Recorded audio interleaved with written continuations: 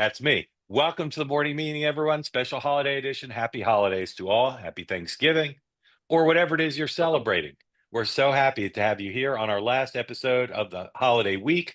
Again, I'm not sure what you're going to do tomorrow morning at 9 a.m., but you won't be doing it with us because we're off Wednesday, Thursday, Friday. I do have a show tonight. So if your appetite for two-way is not sated by this time we spend together this morning, you do have an opportunity at 6 p.m. Eastern time to join in once again. If you're watching on YouTube, amazing. Thank you for being part of it on YouTube. Too bad you haven't figured out yet how to get on two-way directly, but we're glad to have you. And we hope you appreciate the program as much as we appreciate you. Please, if you're on garbage in the chat, put it in somebody else's chat. We believe in peace, love, and understanding, and the presumption of grace for all, particularly around the holiday season, although not only. And if you're watching here on two-way, we're delighted to have you, and we'd love to have your participation. We want to hear what you're thankful for besides Sean and Dan. We want to know your questions for Sean and Dan. We want to know if you know anyone named Boris, except the cartoon character. Please raise your hand if you'd like to be part of the conversation, because we would love to have you. So here we go. Our last seasonal episode before Thanksgiving. Dan, you're in Florida now, but you're coming back to New York for Thanksgiving. Tell us a little bit about that. Yes, I am. And actually, I have jury duty in New York City tomorrow. So get excited. That's how I'll be spending my day before Thanksgiving. You will be dismissed within 2 hours. That's the hope. All right. Dan, I got a little worried that you're getting too close to Mar-a-Lago. We had to pull you back. Sean, Virginia, Rhode Island, or something else? Virginia for Thanksgiving. Rhode Island, beautiful at Christmas. Nothing says amazing like Rhode Island in the brutal winter. I did a TV appearance a little earlier today with former Senator Rick Santorum, and we were asked to name our favorite Thanksgiving food. He went first and said stuffing to change it up, even though stuffing is the only correct answer. I went with cranberry. Dan? Pecan pie. All right, I know that's not a real answer. Dan? Sean? Nuts don't belong in pie.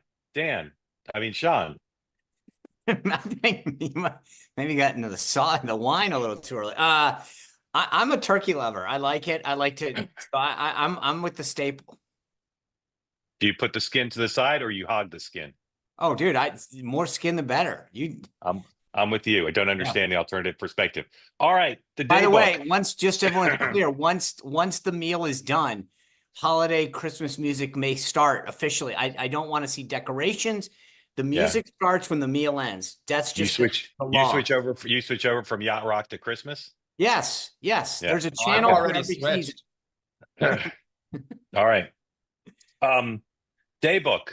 Joe Biden. Yesterday, Staten Island. Today, Nantucket Island, where he has spent every Thanksgiving but one for like 3 decades.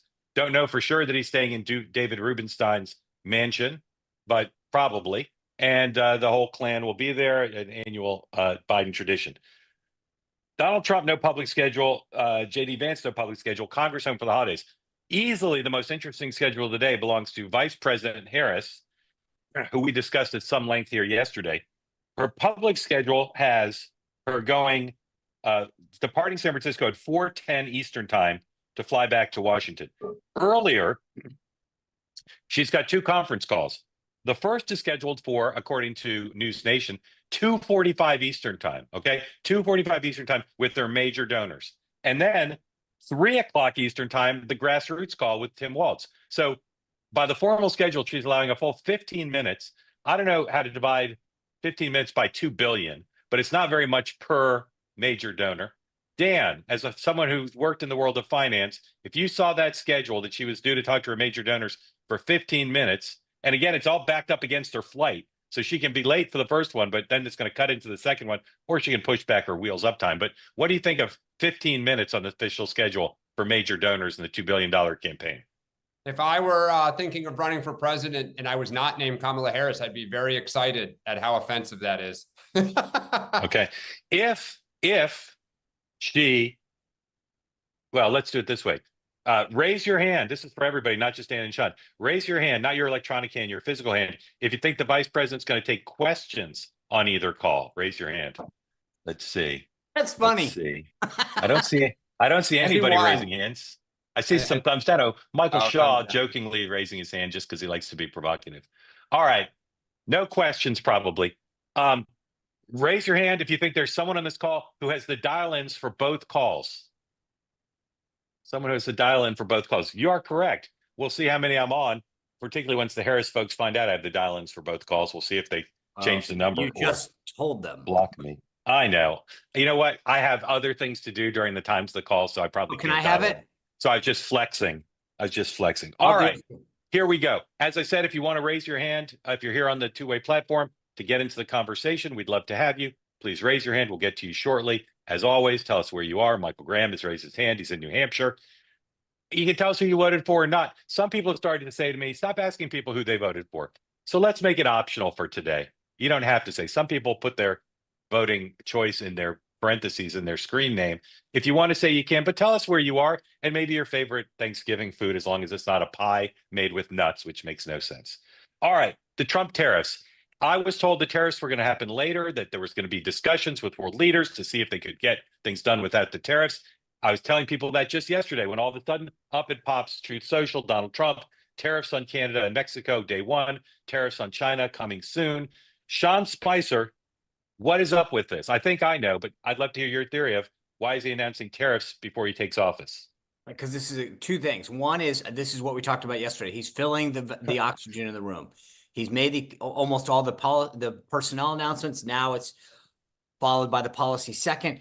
I think he wants to get these guys to take action so that he comes into office with a better situation. Dan? So I was wondering if the fact that Scott, all the stories yesterday morning were that the new Treasury Secretary was going to help, that the markets were taking off because he was going to be a moderating, calming voice to the president if there was a little shot fired across the bow of, you work for me, not the other way around. Yeah. So I wrote this morning in my newsletter, Donald Trump doesn't love tariffs. He wants the American economy to boom. And I believe that although he's a lame duck, that the point of view he has now is he's going to be better at being president this time because he knows how to do it. He knows all these world leaders. He knows the levers and the buttons. And threatening these tariffs, you look at the reaction of the Canadians, basically said, our economy's dead if he does this. Right. The Mexicans, we can't possibly do this. The Chinese, let's all get along. They're not defiant because they can't be. America has Madonna. America has the world currency. America has the market. They have no choice but to play ball with Donald Trump. And he's just gonna put his boot on their necks and say, gimme, gimme, gimme. And he can tweet all he wants about the tariffs, truth all he wants about the tariffs, never has to do them. But he knows now where the leverage points are. He doesn't know all these world leaders, but he knows their countries. He knows their predecessors. He's going to meet them. And not one of them can stand in the way of Donald Trump without him threatening them. Well, and that's the that. point. He will cripple their economies. China's economy is even a lot softer than it was when he left office. Without market access, these guys are going to have big problems. This is the same play, by the way, that he made when he reformed NAFTA into USMCA. And I think Trudeau at the time said, I'm not going to play ball. And he said, fine, I'll cut the deal with Mexico. And the next thing you know, he's talking to Obrador. Trudeau calls him and says, yeah, I want back in. The second that they realized that market access was at play, that they were willing to cut through all the bluster and make the deal. Yeah, the only thing though is this is not a total one-way thing. Like the United States also cannot afford massive tariff. Like the last thing he wants to start is if inflation starts taking back off because he's playing a game of chicken with the Mexicans, Canadians, and Chinese. I mean, But yes, they'll never let it get there. Scott Bessent will be in the Treasury war room looking at 90 screens about all the world markets. And the minute there's an issue, they'll take the foot off the thing. Well, but you don't think the Chinese know the same thing? I mean, they also own half our debt. Like for all the macho-ness here, it is not a, black and white. We have all the leverage. It's not black and white, but it's also not high risk. There's literally no risk. He can calibrate the thing. He can pull them on. He can put them back. He can take other steps. He can move a carrier. Yeah, but watch the markets today. I don't think there is no risk. I mean, look, one of the things about when he did the tariffs last time was he bought off the whole Midwest by giving subsidies to farmers. He gave exemptions to companies. Like, I hear you. Biden didn't undo them. They didn't cause inflation last time. But I would just caution that this is not like we have everything and the rest of the world is sitting there. We don't have everything, but we have more than anybody else. And Let me go back to what I said. You got to remember the beauty of what he's doing right now is he's playing this out before he becomes president, right? And what he's asking for isn't an economic change. It's a securing the border issue because he wants the fentanyl kept out of the country, right? So the beauty of what he's doing now is if there's any market ramifications, it's on Biden's watch. It's actually a beautiful play. I mean, you got to give credit for that. We as I joke, we only have one president at a time, and currently the president seems to be Donald Trump. Look, the implications of this are, yes, they're happening on on Biden's watch, but all Donald Trump wants is his core things done. He wants booming economy. He wants close the border, stop fentanyl, etc.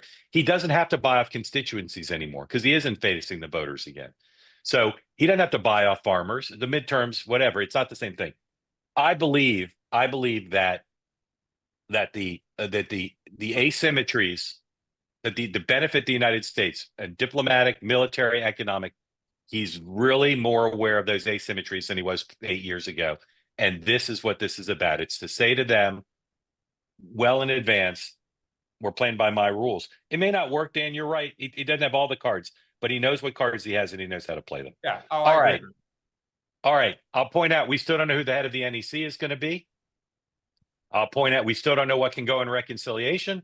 I'll point out we still don't know if he can get 7 votes for anything from Senate Democrats. By the Those way, variables are on big. the reconciliation point, the one thing that's going to be really interesting, and this is so in the weeds, but it's just a bullet point for everyone to understand, is how the Senate parliamentarian specifically rules is going to be critical. And if you go back to, I mean, this is to Bob Dole's days, there was a parliamentarian by the name of Dove, and they fired them when they didn't rule in favor of what could be in and out of certain things. So how the parliamentarian rules on what can be considered in reconciliation is going to be a huge ball game. On permitting, on immigration related issues, it's huge. We also don't know what John Thune's attitude is going to be. Is John Thune going to be a Trump guy or is he going to be a Senate guy? We do not know.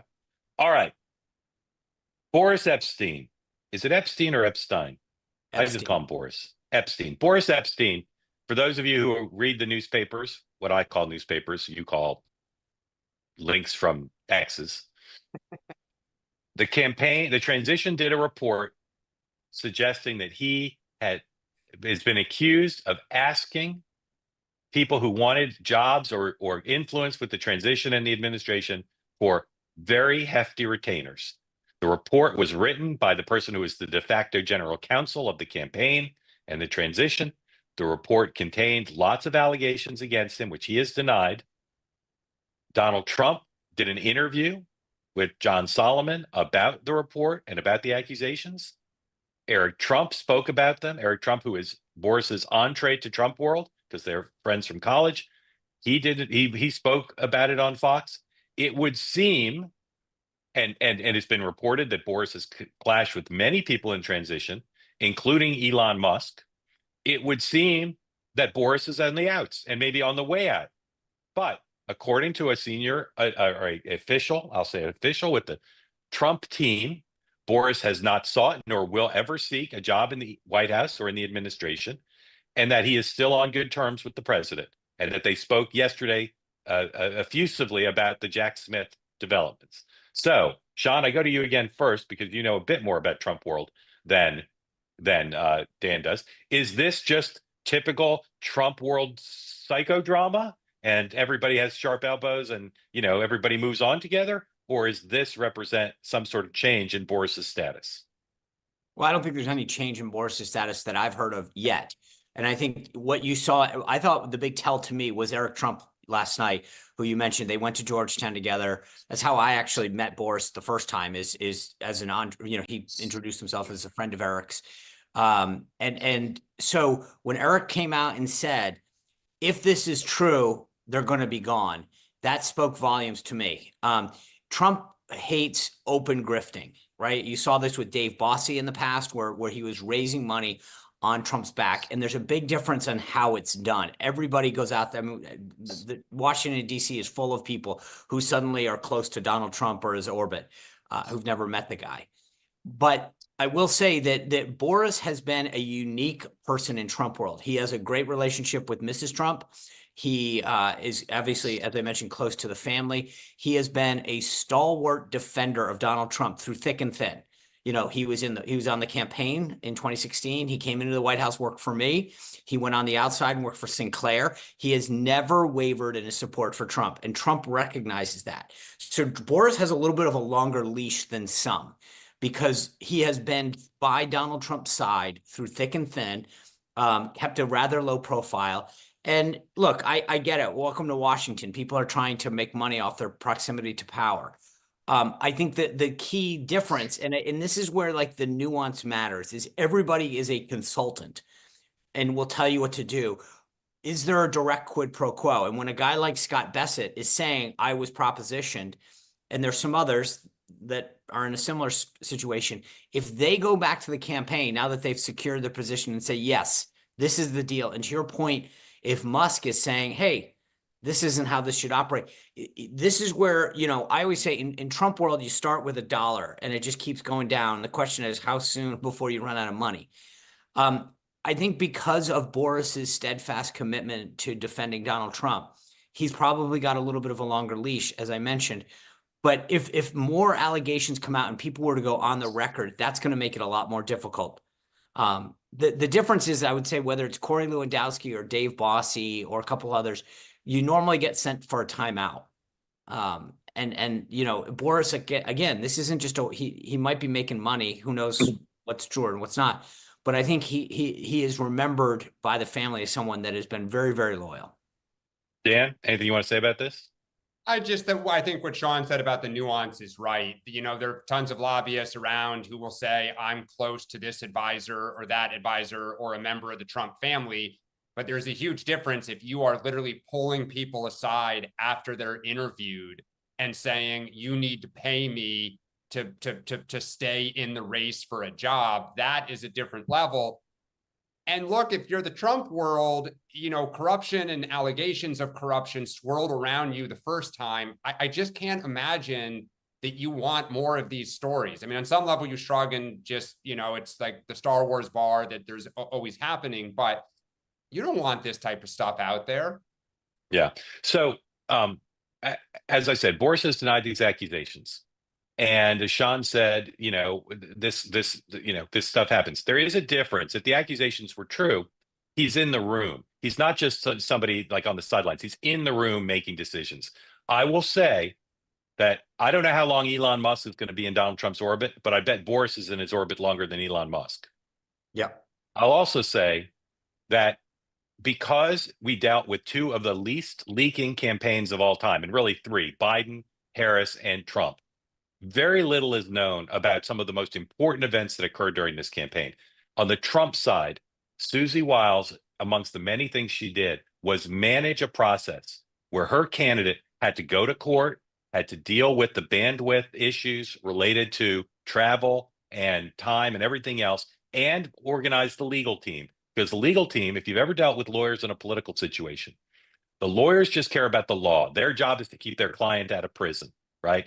The political people sometimes have other interests, and the way that she and Boris managed those two competing interests is something that contributed mightily to Donald Trump winning the nomination and winning the general election. And Donald Trump is well aware of that. He dealt with a bunch of lawyers who had varying degrees of political savvy. And the person who was often at the table and in the meetings and coordinating it was Boris, who has both political savvy and legal understanding. And that made a huge difference. And Donald Trump is, I believe from my sources, is well aware of that. Well aware. Now, as things developed yesterday, his liberty was not dependent on whether Jack Smith got convictions or not. But for a very long period of time, the question of his liberty related to, could he run for president and win the nomination and win the general election and continue to stall on the legal cases? And he did. And again, lots of people contributed to that, both on the campaign and in the legal team. The person who is at the fulcrum of that is the person now who faces these accusations. As Sean said, if they're public, if people want to take him down by going on the record rather than in this report, that could make a difference. But as I said, I don't think he's going to leave Trump world over this, but maybe he'll have a Bossy-like timeout. All right. Last topic for us, unless something spontaneously comes up, like I've got a Thanksgiving surprise for everybody. James Carville and others are pointing out something we've discussed here, which is that the Democrats have a problem very similar to what happened in the 90s with talk radio, where talk radio rose up in part because of technology, but in part because the liberal media gave liberals a place to go. Conservatives flocked to talk radio, Rush and others, because it gave them a place to go that was friendly. Same thing happened with Drudge, etc. So now we saw in this cycle very, very popular talkers on the right with podcasts and with streaming shows. And people on the left are saying, oh, maybe we need that too.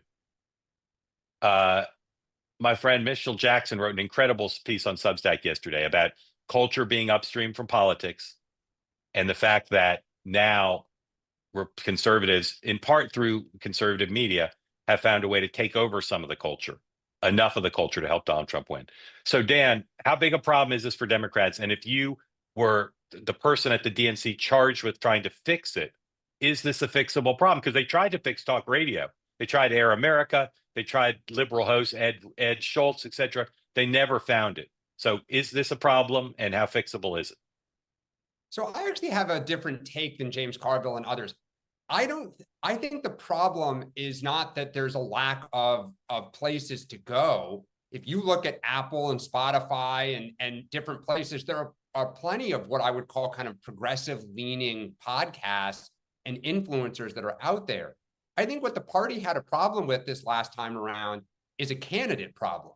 Joe Biden for 4 years did not engage really with anybody, partly because of loss of mental acuity, and partly because he was more obsessed with the New York Times editorial page than he was kind of anything else, even though, by the way, he wouldn't meet with the New York Times editorial page. Kamala Harris's problem was, right, one of defense, one of, I don't want to make a mistake. She didn't really think she needed to do it.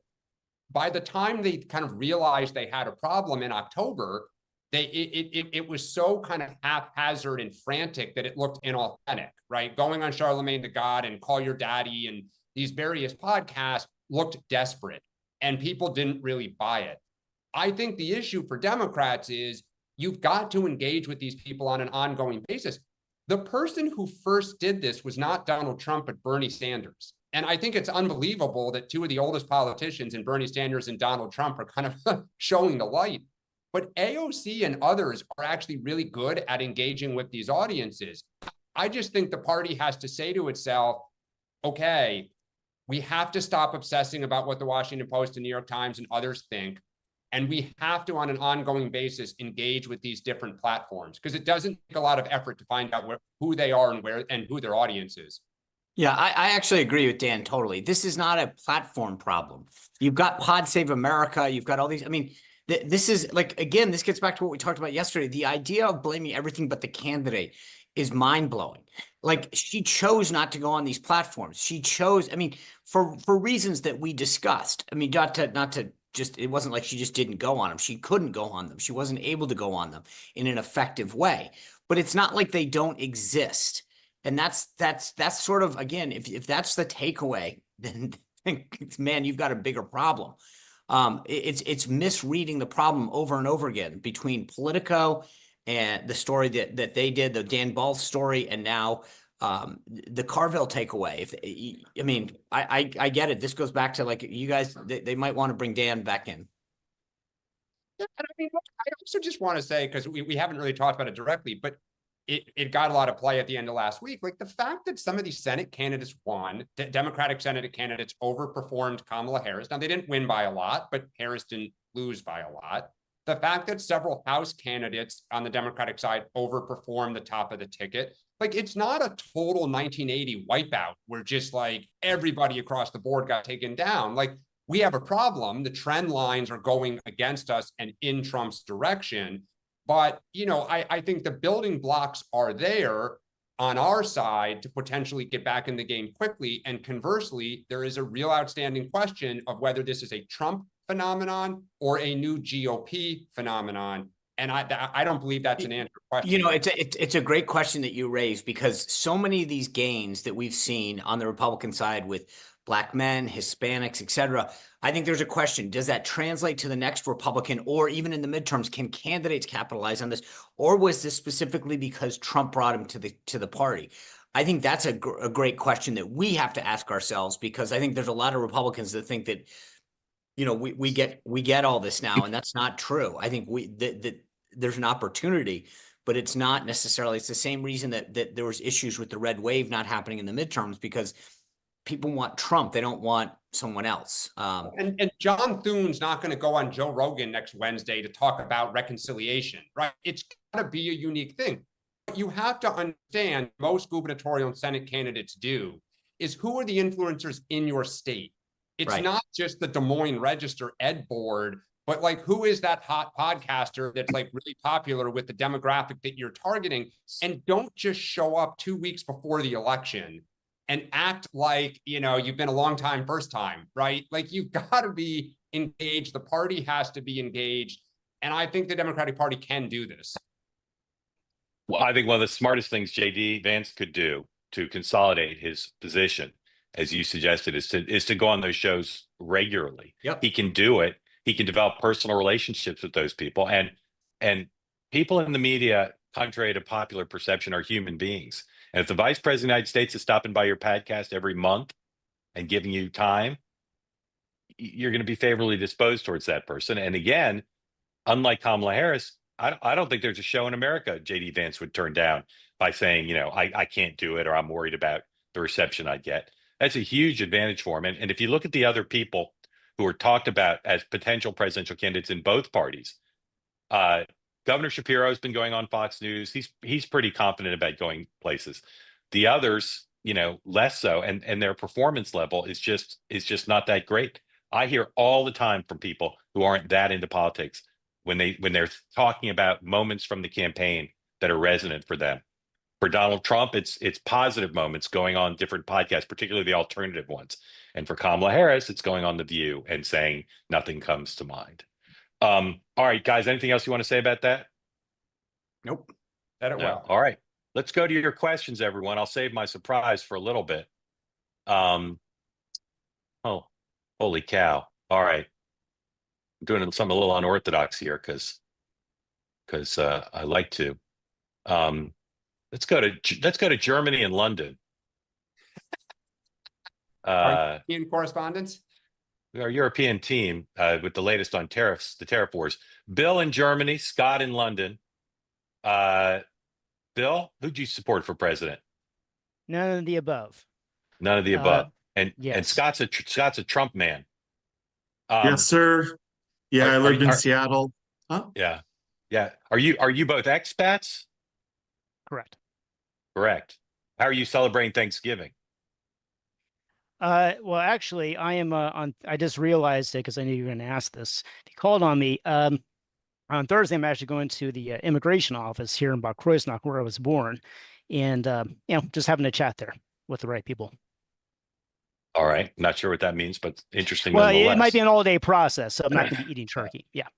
Okay. So did you grow up in Germany? Yeah. Well, sort of.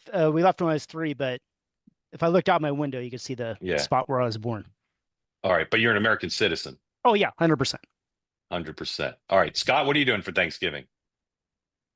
We're going to enjoy it here in Boise, Idaho. You know, traditional turkey. I'm a big stuffing guy. So, and then some mashed potatoes and cranberry sauce. So you're not in London? No, I put that up there because I was an expat for 10 years. I lived also in Frankfurt and worked for a large financial institution, and I speak German. So I feel like global perspective is important. Bill, do you speak German too? Ein bisschen. Yeah. All right, you guys talk amongst yourself in German for a while. Oh, I that would be torture for him. Yeah, I don't want to do that to him. All right. Grüß Gott, Bill. Ich würde gerne mal auf Deutsch mit dir reden und manchmal werden wir Zeit haben. And a good day, if you liked. Yeah. For sure, if you liked.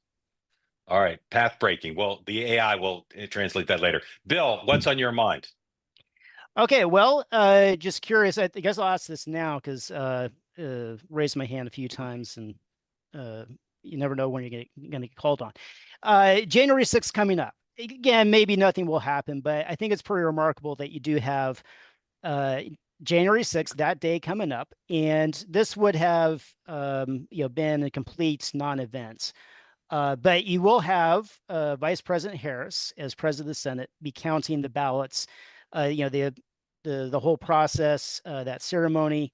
Al Gore famously did, certified his own defeat in 2000. And I wonder if, do we think that there could be, something made of that? I mean, it would have been a non-issue before 2020, but we're in new territory here, and I think it's a pretty remarkable coincidence that you do have Kamala Harris, of all people, making the official certification.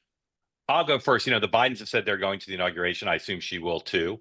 I think that from the point of view of the Democratic establishment, they're going to treat this like a normal inauguration.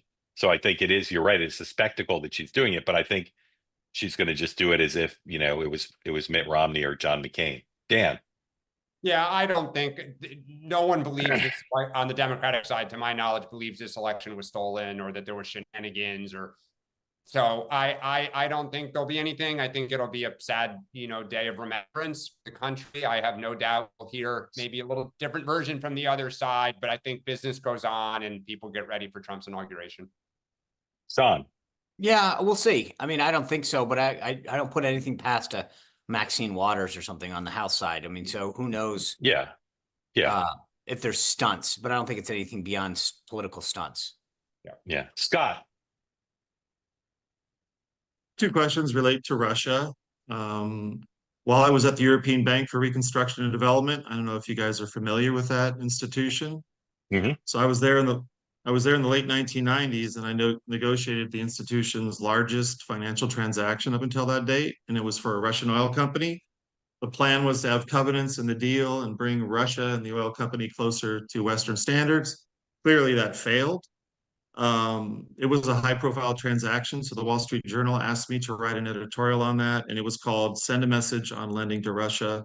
If you're interested, you can do a Google search. And then finally, as I mentioned before, I worked in Germany for the second largest financial institution, and I speak German. I also help build businesses in Western, Central, and Eastern Europe. So, Mark, you're famous for, and I love the show for this, the presumption of grace. So I ask that when I state my question, just keep in mind, in my view, that Russia has not been a serious threat to the United States since the fall of the Berlin Wall. Yes, so sir. My two questions are, and I would call it an obsession, because Donald Trump did say in his first term he was just fighting for survival, as probably Sean knows. So who's benefited from this? You could call the media's, the Democrats, and the intelligence agencies' obsession with Russia. And who would benefit if that obsession continued in his second term? So I'll ask for the same presumption of grace, because I'm gonna dovetail with what you suggested. I know a lot of really smart people about foreign policy who think that Bill Clinton's partnerships for peace and then NATO expansion by others subsequent has been a huge mistake and is what's caused Russia to feel encircled, and that it could have been handled very differently. Okay, I'm sympathetic to that point of view because I know a lot of really smart people who share your perspective on that, and I think it's true today. At the same time, I think it's fair to make the point that Putin has been a malevolent actor, both at home and abroad, that he has expansionist tendencies, that he's currently engaged, even if you think he was left with quote unquote no choice, he's engaged in a brutal war that's just decimated a country and killed a lot of his own people. So I don't think you can say, I think you can make the intellectual argument that the West should have done more to make Russia feel less threatened. But I don't think you can make the case that Putin has responded in a way to which he's entitled to any sympathy for how he's conducted himself. He's a brutal killer, and he didn't have to. There were other ways he could have reacted to what may have been, from your point of view, and again, some very smart people I know in both parties, a failure to give Russia the breathing room to join. I think the biggest question now that goes unexamined is, if the war does end, how is Putin treated on the world stage, or subsequent Russian leaders, or the Russian foreign minister, whoever it is at the time? Are they invited to international events? Do the sanctions come off in any meaningful way? I think that's a really big question, because obviously long term, during the rest of Putin's reign and after, obviously it's in everybody's interest for Russia to be brought into the community of nations. But I don't know that that can happen as long as Putin's there, and I don't think it can happen until Russia is gives a full accounting, moral, economic, military, financial accounting for the damage they've done, not just to Ukraine, but to all of Europe.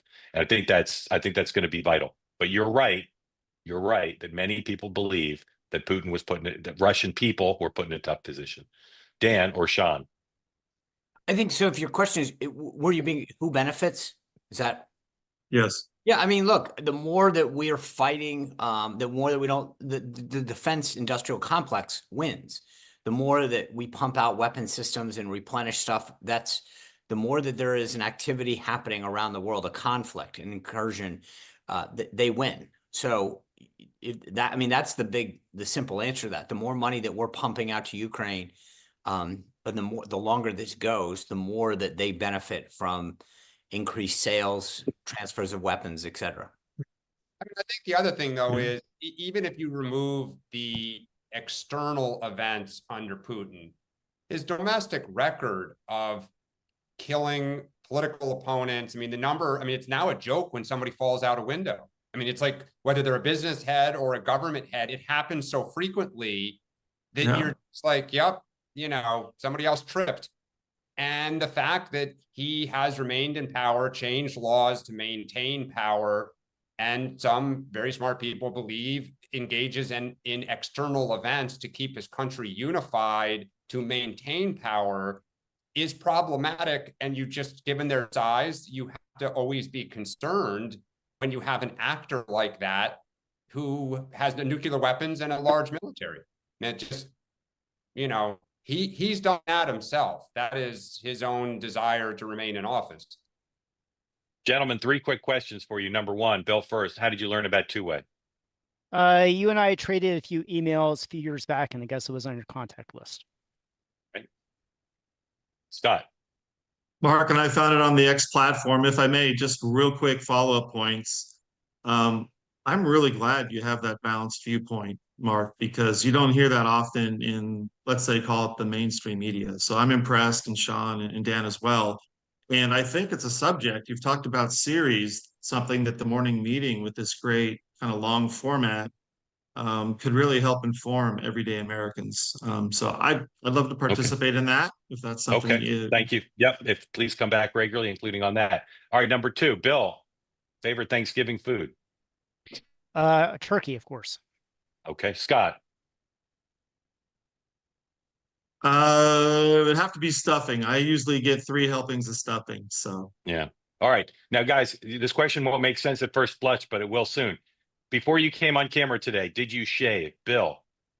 Yes. Yes. Scott? I shaved yesterday morning. I wanted to look. All right. You both look incredibly clean shaven, and you're about to find out why I asked that question. Thank you both for joining. Happy holidays to you. Very grateful. All right. So David Plouffe has now done one of the first interviews a senior Harris campaign official has done, and it will come as zero surprise to any of you that he did it with the fellas from Pod Save America. The full interview will drop tomorrow, according to a post on X. But moments ago, they posted a soundbite from David Plouffe, unshaven. Here it is.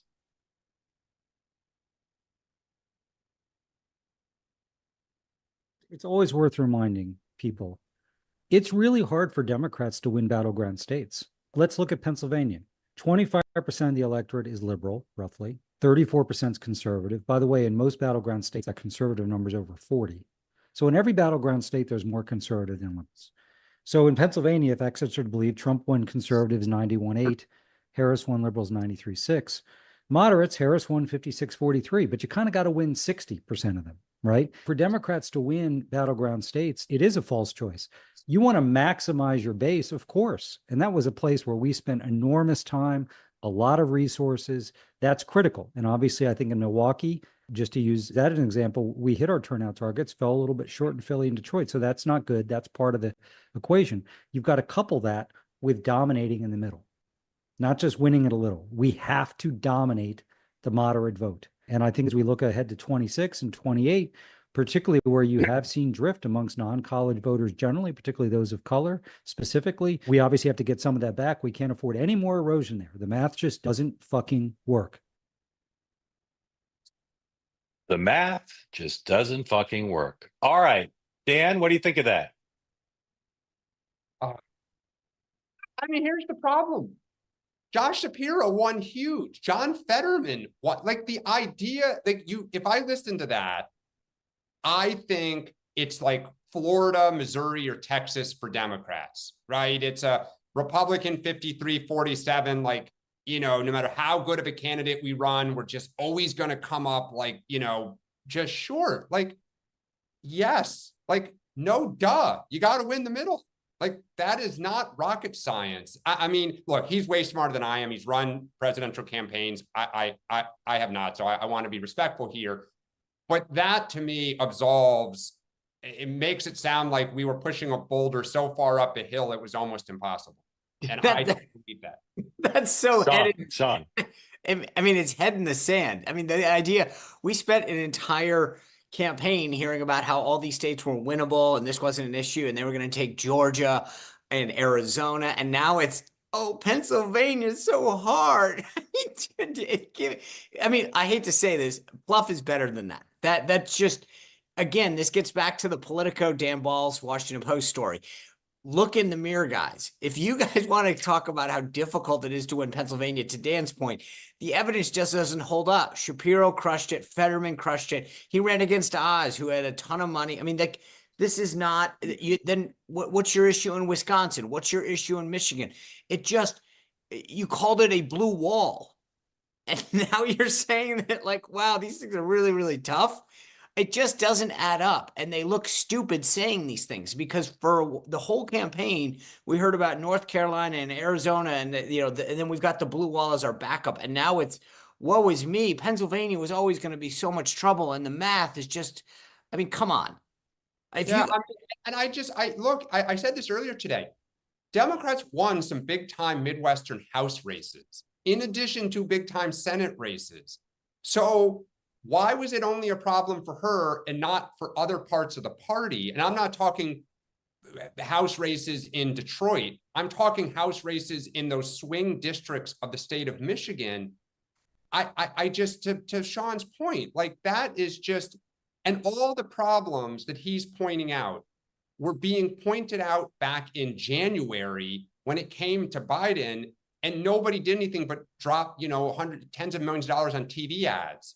Like, nobody wanted to touch a lot of these problems because Democrats refused to believe they were really problems. And that is just... So let's drill down another level here. Again, stipulating we all have respect for David Plouffe. Yes. Why would he do an interview like that? What's in it for him?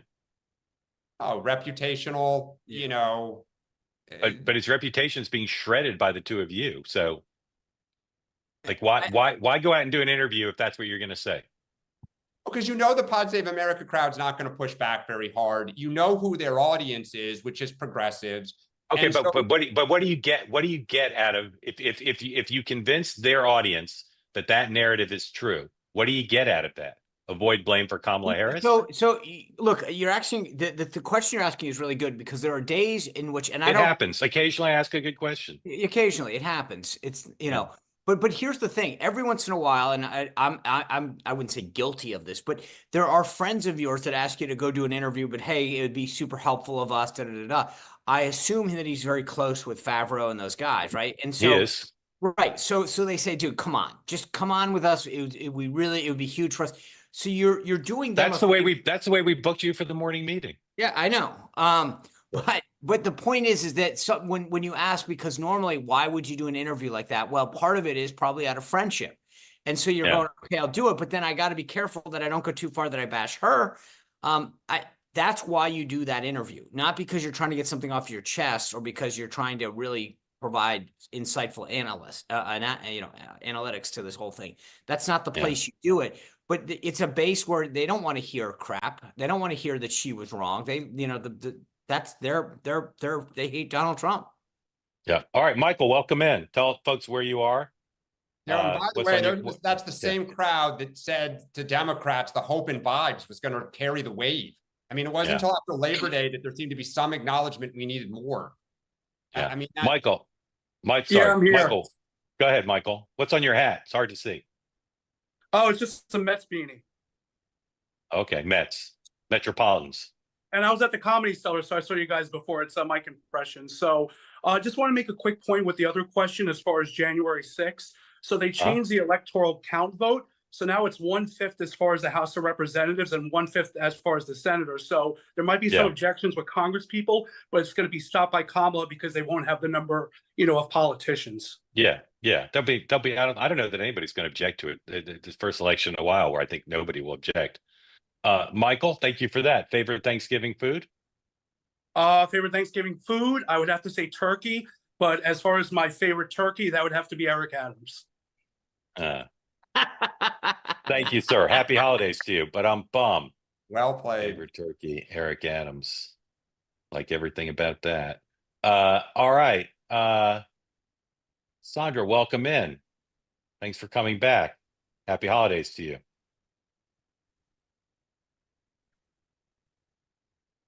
You get me? We got you. Not everybody knows where you live. We do, but tell everybody. Pennsylvania. Yes, I you're the was- queen maker, king maker. Yes, yes. And I've been watching on YouTube, so I decided to come on. Two things. I want to make a statement. Happy Yes, ma'am. Thanksgiving. Thank Thank you that I am able to accept Donald Trump's win and still not lose my mind. Okay. Amazing. Thank you for that. That's the whole goal of this show, I believe. And my question for you, Mark, is if you're on that call, that 15-minute call that her big time donors are they going to say don't run again? Because that's I don't think she'll take questions. I think she'll just thank them, and I'm not sure what she'll say. She'll oh my probably gosh. rail against Trump nominees, maybe. Yeah. The donors actually, and this is again a little dog that isn't barking. I'm surprised there haven't been stories in like the New York Times and even the Daily Beast of donors, both anonymously and on the record, trashing her and saying they burned through $2 billion of our money. You've seen almost none of that, No. and I don't know if that's loyalty or what, but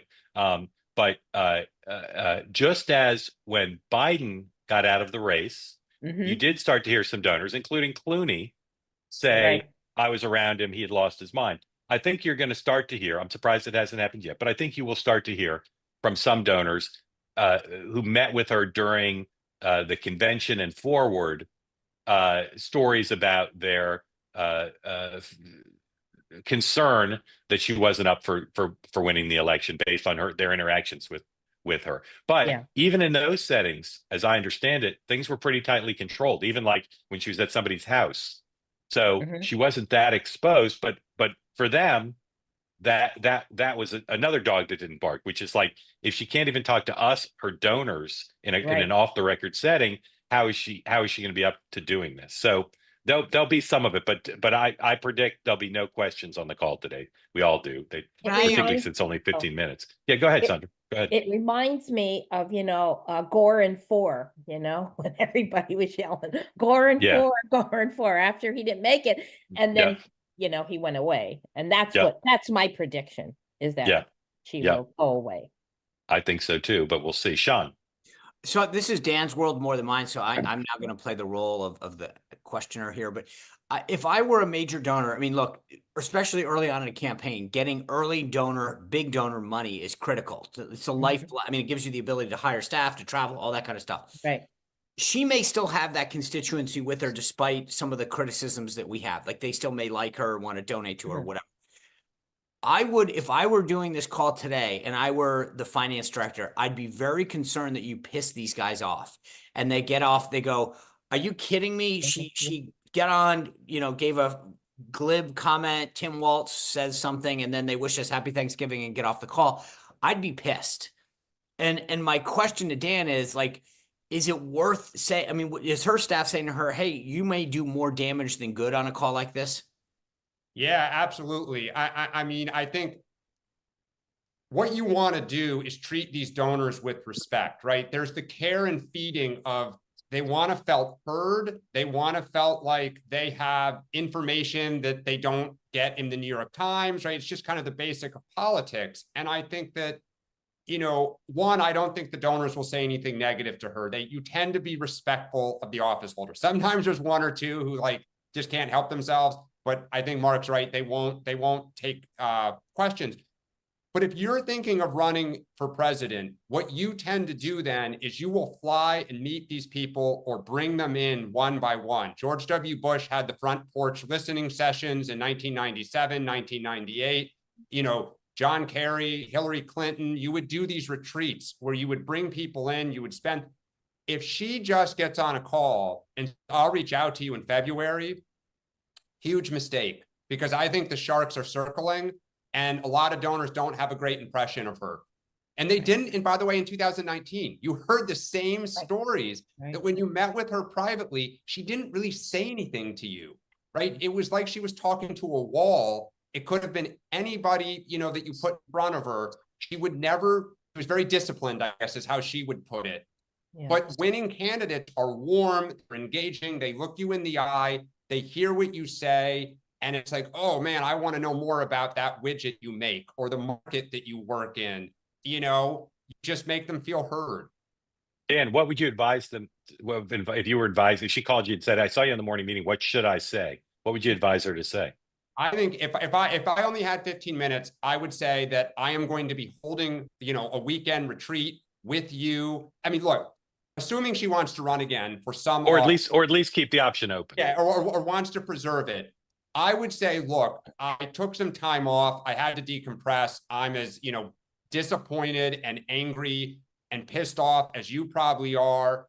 As I re-enter the fight here and I want to be a voice in our party, I am going to be reaching out to all of you, you know, individually or in groups. And we're going to be, I want to hear from you what went wrong and what we can do. And I want to work with you for the party.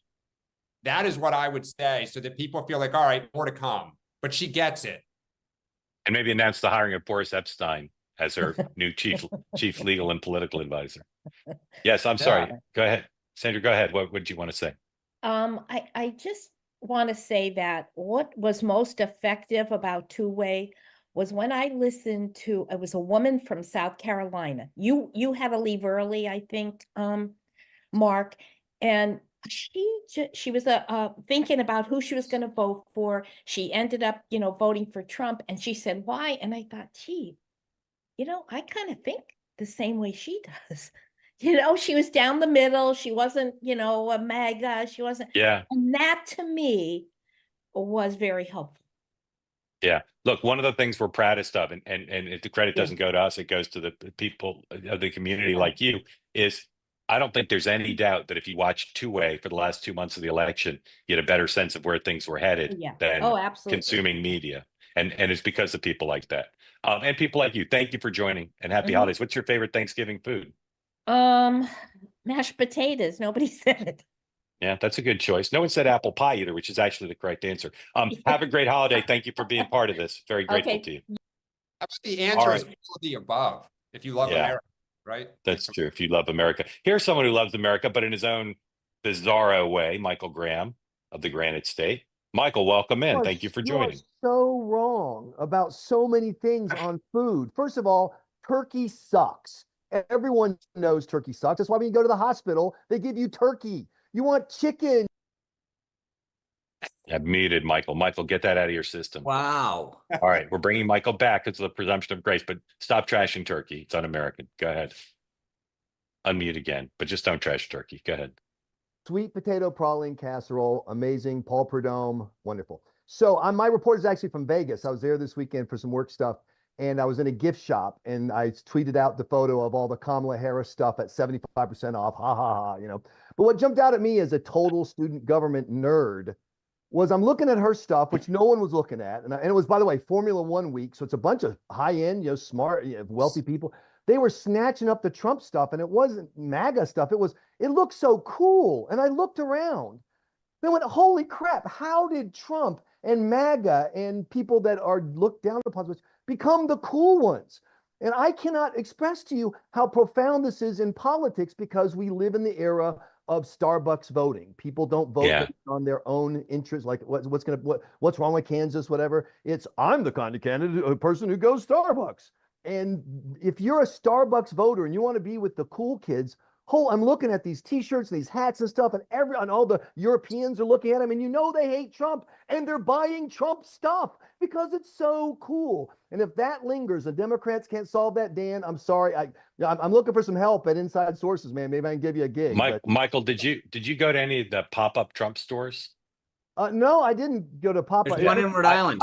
I wish I had. I never got to. If I were still making the circus, I would have gone to one because Trump loved them, and Trump felt about the Trump pop-up stores the way you're talking about the Trump merch in Vegas, which is like it's cool. It's like people want to own it. They want a MAGA hat, and you know Harris just didn't have that same thing, even though demographically and in terms of like her relationship pop culture, she should have, but she didn't. And the weapon that Democrats using, and then this is the report from New Hampshire, is right across the border, Seth Moulton is talking about transgender and guys and girls sports the way that a lot of normal people do. And Democrats are trying to use social pressure. They're waving their Starbucks cups and saying, you're not one of the good people, the cool people, the elite people. You can't have that opinion. And the people with that opinion are now on team cool, and it's not working. And I'm just watching. I'm going to be fascinated if in purple leaning states, in New Hampshire, every Democrat in the legislature voted to keep guys and girls sports. Every one of them voted in favor of sanctuary cities. That was their strategy. Stick together. Trump will lose so bad. We'll all win by just hating Trump. Now they're going to have to vote on those issues in the coming session, and it's going to happen in states across the country. They're not going to have the social pressure tool to have people go, inside, I know it's crazy to let these biological males do this. I know it's crazy to have sanctuary cities, but I'm not allowed to say it. I think the voters are going to be saying, I am allowed to say it. And in fact, all the cool guys with the cool stuff are saying it. And that's Michael, one quick point. If you're in New England and you're drinking a Starbucks, you're not the cool guy. Oh, look, I don't touch the stuff. My wife. I'm just saying, like, that's, better than anyone that there's Dunkin' Donuts is king. And what's so fascinating about that is I would argue that you could divide American politics into Starbucks versus Dunkin'. You go to Starbucks, who is it? It's obnoxious, self-important people who work down right on at the seacoast in Boston. What are the guys who wear boots that aren't quite tied, who have 3 jackets on because they work outside? They all got a huge Dunkin' and a couple of sandwiches. Who has the ugly, garish art? It's Dunkin' Donuts. Remember the goofy ads they were doing with Matt and Matt, what's his name? And Matt Damon. Yeah, and yet here you are in New England where the voting doesn't work that way. That's why, where did you see the shifts? Where were the biggest shifts, Dan, by percentage? They were in Starbucks country because secretly everyone knows Starbucks costs way too much and it sucks. Dunkin' costs far less and it's better. Yes. And now they're allowed to say it. Preach, brother. Amen. Michael, what's New Hampshire? I would say, though, to your point, Democrats had a moment this summer of like the hot brush summer, absolutely. The camo hats, like they had a moment. I mean, look, you could argue it was more in Blue America, obviously, than Red America, the way now Blue America is embracing the Trump cultural phenomenon. And like, look, when you win, you're hot. Like people want to be with the winner. I think there's a little bit of like, this is kind of a great thing, but let's see, right? An apex is usually after you get elected and before you have to start governing. So let's see if in August, this is still the case. And a quick tie back to what Halperin was saying earlier about the media and how talk radio rose and where are the lefties, whatever, et cetera. One of the things that's happening is that because people on the left won't say things honestly, they're creating this space for people. I spent 50 years in talk radio. I wasn't in talk radio because I was a right winger. I was in talk radio because we were allowed to talk about the stuff that the New York Times and NPR weren't going to talk about. And if Democrats lose the ability to close those gates and suddenly the average American's feelings are represented by just one party, even in blue spaces, how do you fight again? How do you get that moment back where you were the cool guys? All the cool people are saying what everyone knew all along. Democrats are proposing crazy crap. It's not crazy because it's Democrat. It's crazy because it's crazy. Well, Trump said this on the trail at one point. He said, it's not Republican, it's common sense. And he had a point, and because I think the left went so crazy that so much of what we were preaching actually just made sense to people. Mm-hmm. Well, and I just Michael? think part of the problem is the Democrats haven't wanted to answer questions. Right. No. To outside of their city. Like I totally agree with you. Meghan McCain said something earlier this week on social media about this.